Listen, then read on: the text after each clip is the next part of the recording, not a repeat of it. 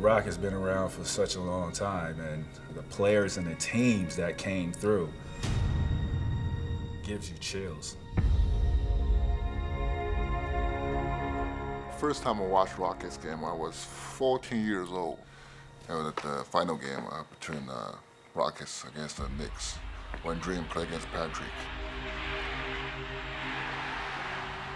And for some reason, I cheer for Rockets. The Houston Rockets select Yao Ming from Shanghai, China. That's why when Rockets draft me, I just feel that must be some signs right there, you know. With great pride, I want to introduce Jeff Van Gundy to the city of Houston. I'm honored to have the opportunity here with the Rockets organization, with Mr. Alexander, and looking forward to a lot of success in the near future. Rockets management is expected to introduce fans to the newest members of the team following yesterday's trade with the Orlando Magic. I think he's the most talented player in the NBA, and we'll have a great time in Houston for a long time. I'm just looking forward to something great happening in the city of Houston, and believe me, something great is going to happen. The Houston Rockets, now with the second longest winning streak in NBA history. This right here, this is what it's all about. It's almost becoming magical. And the city of Houston has fallen in love.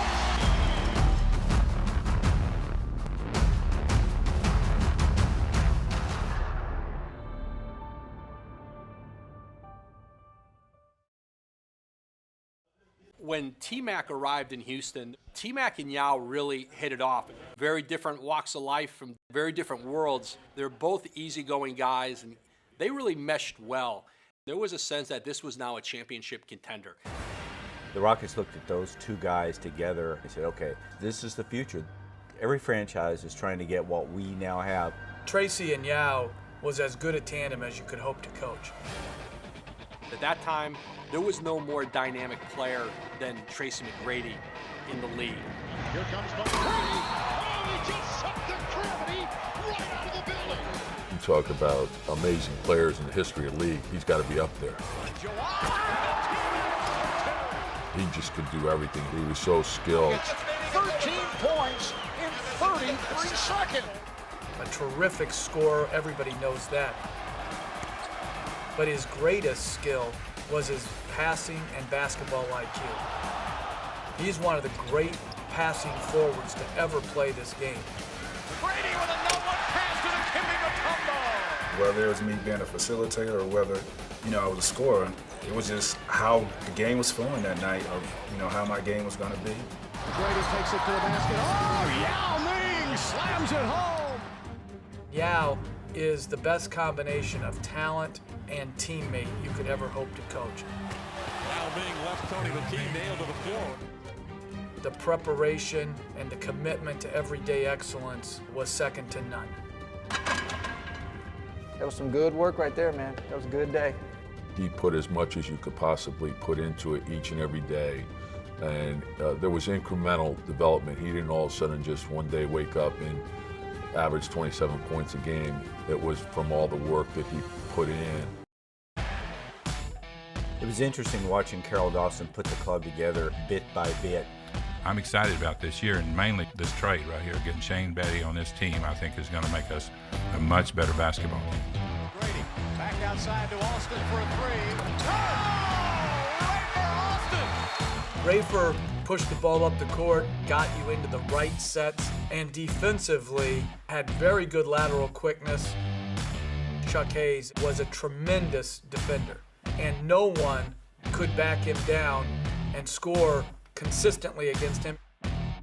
Dikembe was still the best rim protector, a dominant rebounder. You're not going to have a better backup than Mutombo. This was a good window in Rockets history. This is in the period of where they win 50 games plus 4 times in 5 seasons. And in that time, the Rockets really had to navigate a difficult landscape in the West. The Western Conference was a big boys conference at that time. Kobe Bryant throws it down. It was very competitive. Nowitzki fires up the three and hits. I mean, you had a San Antonio team that had Duncan and Ginobili and Parker and others. Utah had Deron Williams playing really well, Carlos Boozer playing well. You had a Phoenix Suns team that was certainly knocking at the door. So the West was just loaded with various teams taking turns, taking shots at each other. But you looked at this team and you go, okay, the work is done, the pieces are in place, we have two great players. We have a championship caliber coach in Jeff Van Gundy. One clear. And we have a bunch of supporting cast that is as good as any in the NBA. And the Rockets have the home court advantage for the first round against the Utah Jazz. Welcome to the Wild Wild West, where an 8 can beat a 1 in a 7-game series. Oh, beautiful one. And the onslaught continues.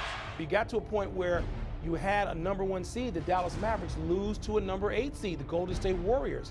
And now the Warriors can wait for the winner between Houston and Utah. For the Rockets and the Jazz, it has come down to a 7th and deciding game as the series has shifted back to the Toyota Center in Houston, a sellout crowd. You gotta bring the energy and intensity for 48 minutes. Hard-nosed Rockets basketball. Here we go, baby. Win on 3. 1, 2, 3, play.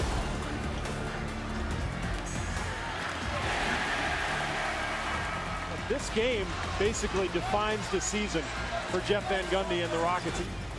McGrady goes to the crossover and scores! And the foul! 3 minutes to go, and just thinking to myself, we just need to make a couple plays, get a couple stops, and we're going to win this game. And it came down to the Rockets couldn't get a defensive rebound. And Boozer gets it back, another opportunity for the Jazz. Okur again for 3. The Utah Jazz have won here in Houston. This team is going to go as far as I take them, and maybe I could have did more, but it didn't happen. I tried, man. I tried. That was really a team that was built to go further and would have gone further. I absolutely believe if they win Game 7 at home, the next round would have been against Golden State. I think they would have ended up in the Western Conference Finals. We knew we missed a golden opportunity to make a run. You know what? There's no shortcut. You have to put your passion into the summer workout and prepare for next season. Maybe I could have got those loose rebounds down the stretch of the game. That was kind of the fluke that changed everything, changed Rockets' history of that time. Would it be a mistake if he's not back next year? As far as I'm concerned, he's still our coach, and that's all I can give you. I don't know. Because we had such a core group that played under Jeff Van Gundy, I felt like, we needed, 1 or 2 more years with Jeff. Jeff kind of goes into a couple days of real reflection, and the Rockets need decisions. They act quickly. He's not ready to act quickly. I sit back and I do a lot of thinking every year. So to me, that's not going to be any different, this year. And when Jeff Van Gundy kind of vacillated, do I want to coach? Do I not want to coach? Well, the Rockets moved on. And by the end of the week, Leslie Alexander's interviewing Rick Adelman, and nothing was going to change it by then. Rick's going to be the coach. Jeff and I had a conversation, and he gave them the opportunity to go out and talk to people, and my name was mentioned, and he said I told him he'd be a great candidate, and so that's how it all happened. I would never have interviewed if I didn't know that Jeff was on board with it and everything else. The biggest thing for me was that they had Yao and they had Tracy, and those two guys were the catalyst for me taking the job. I just felt that team could be special.